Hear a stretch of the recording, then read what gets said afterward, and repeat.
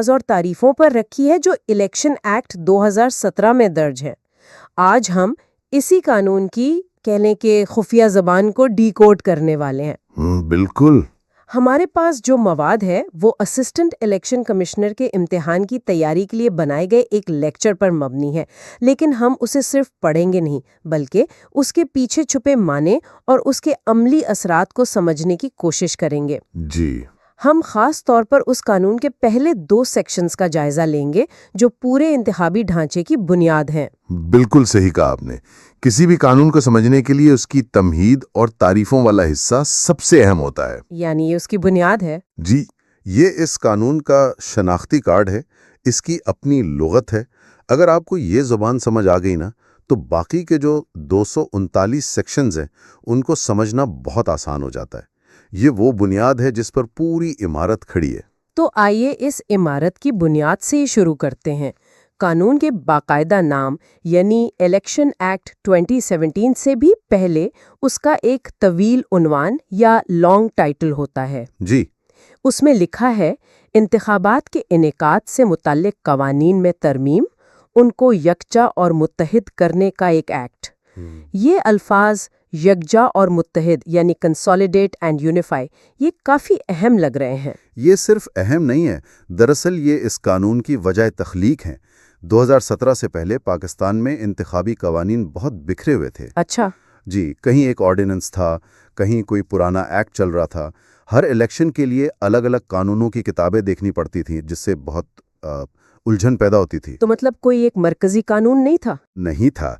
इस एक्ट का बुनियादी मकसद ही ये था कि इन तमाम बिखरे हुए कवानीन को एक छत के नीचे लाया जाए, ताकि उम्मीदवारों, सियासी जमातों और खुद इलेक्शन कमीशन के लिए एक वाज़ेह और जामा कानूनी ढांचा मौजूद हो।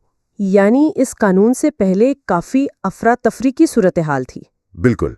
आप कह सकती हैं कि ये एक किस्म की कानूनी सफाई मुहिम थी जिसने कई दहाइयों के बिखरे हुए कवानीन को इकट्ठा करके एक किताब में बंद कर दिया। सही।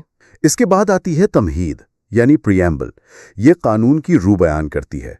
वो कहती है कि ये कानून बनाना ज़रूरी यानी एक्सपीडिएंट था, ताकि इंतखाबात और उनसे जुड़े तमाम मामलात के लिए एक मुत्तहिद कानून हो। ये अल्फाज कानून साजों की नीयत को जाहिर करते हैं। ठीक है, तो इस कानून की एक पहचान भी है। ये 2017 का एक्ट नंबर 33 है और इसे 2 अक्टूबर 2017 को सदर की मंजूरी मिली। जी। अब आते हैं सेक्शन 1 की तरफ, जो 3 बुनियादी बातें बताता है: उसका नाम, उसका दायराकार और इसके निफाज की तारीख। जी, ये बहुत सीधा साधा सेक्शन है। पहला, इसका सरकारी नाम इलेक्शन एक्ट 2017 है। दूसरा, इसकी वसअत या एक्सटेंड यानी ये पूरे पाकिस्तान पर लागू होता है, किसी एक सूबे या इलाके तक महदूद नहीं। और तीसरा, इसका नफाज या कमेंसमेंट। कानून कहता है कि ये फौरी तौर पर नाफिजुल अमल होगा। इसका क्या मतलब है? इसका कानूनी मतलब ये है कि जिस दिन सदर ने इस पर दस्तखत किए, यानी 2 अक्टूबर 2017, उसी दिन से ये कानून पूरे मुल्क में लागू हो गया। अच्छा, तो ये कानून पूरे मुल्क पर लागू होता है। अब देखते हैं कि इस कानून के अंदर कौन से लोग और कौन सी चीजें आती हैं, जिसके लिए हमें सेक्शन 2 की तारीफों को समझना होगा। ये इस कानून की अपनी डिक्शनरी है। जी, और ये डिक्शनरी एक बहुत दिलचस्प वार्निंग के साथ शुरू होती है। वो क्या? सेक्शन की पहली लाइन कहती है, जब तक मौजू या सियाको सबाक के मुनाफी कोई बात ना हो। ये एक लीगल प्रिकॉशनरी सेफगार्ड है। इसका मतलब है कि जो तारीफें हम अभी डिस्कस करेंगे वो पूरे कानून में हर जगह लागू होंगी, लेकिन अगर किसी जगह उन तारीफों को इस्तेमाल करने से जुमले का मतलब बिल्कुल ही बेतुक्का या अजीब हो जाए, तो वहां सियाको सबाक को तरजीह दी जाएगी। चले इस डिक्शनरी के कुछ सबसे दिलचस्प अल्फाज देखते हैं। सबसे पहले उन लोगों की बात करते हैं जो इस खेल में शामिल हैं, मसलन आलिम और टेक्नोक्रेट की तारीफें। ये अक्सर खबरों में रहती हैं। कानून की नज़र में आलिम कौन है? कानून ने इसके लिए 2 बहुत सख्त शर्तें रखी हैं। पहली, इस शख्स के पास HEC से तस्लीम शुदा कम अज कम 16 साल तालीम की डिग्री या उसके बराबर कोई सनद हो। ठीक है। और दूसरी, जो ज्यादा अहम है, वो ये कि उस शख्स के पास इस्लामी उसूलों और कानून के शोबे में बतौर उस्ताद या मुहक्किक कम अज कम 20 साल का तजुर्बा हो। सिर्फ डिग्री होना काफी नहीं है। 20 साल का तजुर्बा, ये तो बहुत सख्त शर्त है। इसी तरह टेक्नोक्रेट की तारीफ भी है। जी बिल्कुल, इसी तरह टेक्नोक्रेट के लिए भी एचईसी से तस्लीम शुदा 16 साला डिग्री और फिर अपनी तालीम मुकम्मल करने के बाद अपने शोबे में कौमी या बैनुल अक़वामी सतह पर कम अज़ कम 20 साल का तजुर्बा और नुमाया कारनामे होना ज़रूरी है। यहाँ एक सवाल पैदा होता है, ये तारीफें इतनी सख्त क्यों हैं?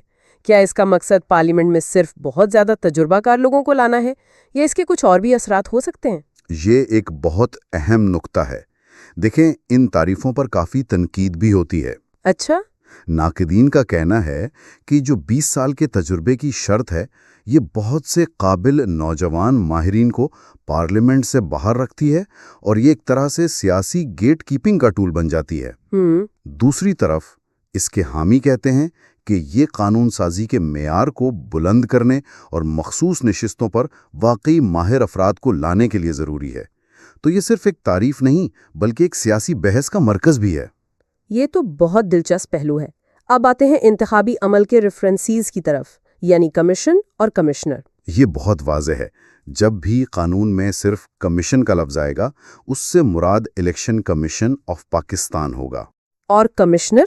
और कमिश्नर से मुराद चीफ इलेक्शन कमिश्नर हैं। इस तारीफ में एक्टिंग चीफ इलेक्शन कमिश्नर भी शामिल हैं, ताकि इदारे का काम कभी ना रुके। और उम्मीदवार का सबसे अहम साथी इलेक्शन एजेंट, उसकी तारीफ में क्या खास बात है? खास बात यह है कि हर उम्मीदवार एक एजेंट मुकर्रर करता है, लेकिन अगर कोई उम्मीदवार किसी को अपना एजेंट मुकर्रर ना करे तो कानून ये फर्ज कर लेता है कि वो उम्मीदवार खुद ही अपना इलेक्शन एजेंट है। अच्छा, खुद ही अपना एजेंट है तो इंतखाबी कावानीन की किसी भी खिलाफ वर्जी, खासतौर पर इखराजात के हिसाब किताब में गलती की बराह रास्त जिम्मेदारी उसी पर आयद होगी। ये एक छोटी सी लेकिन बहुत अहम कानूनी तफसील है। और उस अमल को चलाने वाले ज़मीनी अहलकार यानी इलेक्शन ऑफिशियल, इसकी फहरिस्त बहुत लंबी है और ये जाहिर करती है कि इलेक्शन कितना बड़ा काम है। इसमें returning officer, presiding officer, polling officer से लेकर पुलिस वाले भी। जी, इंतखाबी ड्यूटी पर तैनात पुलिस और फौज के अहलकार तक सब शामिल हैं। कानून की नज़र में ड्यूटी के दौरान ये सब इलेक्शन ऑफिशियल हैं। ये तो हो गए लोग। अब आते हैं इंतखाबी अमल के कवायद पर। सबसे पहले इंतखाबी इखराजात, उसमें क्या कुछ शामिल है? ये हमेशा एक मुतनाज़ मौजू रहता है। कानून ने उसकी तारीफ बहुत वसी रखी है ताकि कोई लूप होल न बचे। इसमें हर वो खर्च शामिल है जो इलेक्शन से पहले, दौरान या बाद में उम्मीदवार के फायदे के लिए किया गया हो। हर किस्म का खर्च? जी, चाहे वो पैसा बराह रास्त दिया गया हो, तोहफे की सूरत में हो, कर्ज हो या किसी इश्तिहार पर। वो सिक्योरिटी डिपॉजिट जो उम्मीदवार नामजदगी फॉर्म के साथ जमा करवाता है, उसे इंतखाबी अखराजात में शुमार नहीं किया जाता। अच्छा, इसके अलावा हर किस्म का खर्च इस तारीफ के ज़ुमरे में आता है।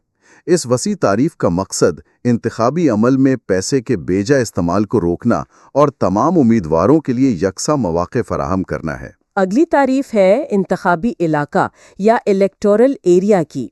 ये वोटर लिस्टों की बुनियादी इकाई है।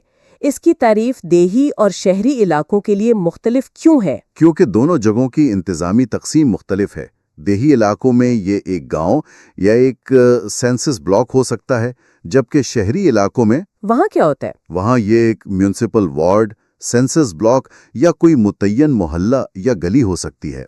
यहाँ एक अहम नुक्ता ये भी है कि कानून इलेक्शन कमीशन पर यह पाबंदी लगाता है कि वो ठोस तहरीरी वजूहात के बगैर किसी सेंसस ब्लॉक को तकसीम नहीं कर सकता। और ये क्यों?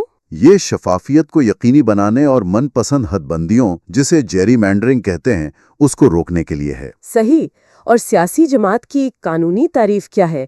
क्या कोई भी गिरोह खुद को सियासी जमात कह सकता है? नहीं, कानून के मुताबिक सियासी जमात शहरियों की ऐसी तंजीम है जिसके दो वाज़े मकासद हों। पहला, किसी सियासी नज़रिए को फ़रोग़ देना, और दूसरा, इंतखाबात में हिस्सा लेकर पार्लियामेंट, सूबाई असम्बलियों या बल्दियाती इदारों की रुकनियत हासिल करना।